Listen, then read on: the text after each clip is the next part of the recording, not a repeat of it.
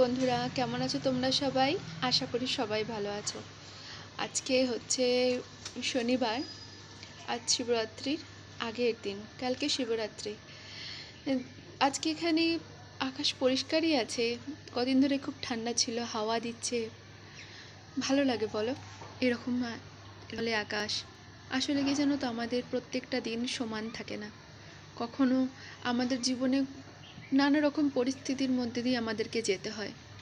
তখন আমরা ভাবি হয়তো ঈশ্বর নেই, সত্যিই কি উনি আছেন? তাহলে এত কষ্ট কেনই বা দিচ্ছেন উনি আমাদের?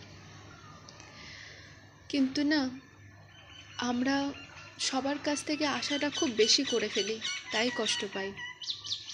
সেই সময় আমরা কষ্টের মুহূর্তে ভাবি যে কেউ যদি আমাদের সাহায্য করে, কেউ যদি এসে আমাদের হাতটা ধরে, তাহলে আমরা হয়তো এই অবস্থা থেকে বেরিয়ে আসতে পারি। কিন্তু আমাদের এই চিন্তাটাই কিন্তু তখন ভুল। কষ্টের সময় কেউ কারোর পাশে থাকে না, কেউ কারোর এগিয়ে এসে হাতটা ধরে না, ধরে বলা চলো এখান থেকে তোমাদেরকে বার করে আনছি, আমায় বলো কি কষ্ট। এই কষ্টটা তখন কে একমাত্র এই সময় থেকে আমাদের কে বেরিয়ে আসে জানো? কে বার করে নিয়ে আসে? এই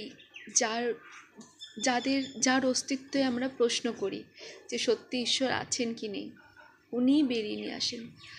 কিভাবে যে বের করে নিয়ে আসবেন, সেটা যখন বেরিয়ে আসবে তারপরে অনুভব করতে পারবে, বুঝতে পারবে।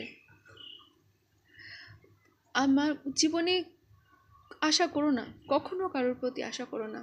অনেক সময় মানুষ কি হয় জানো তো, যেটা সে নিজে ভালো সেটা তোমার মুখ থেকে বারবার শুনতে চায়, কিন্তু তোমার গুণগুলোর প্রশংসা সে কখনো করবে না।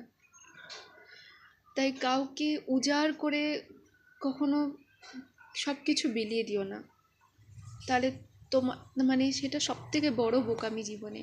এই বোকামিগুলো করি বলেই আমরা কষ্ট পাই, করতে নেই।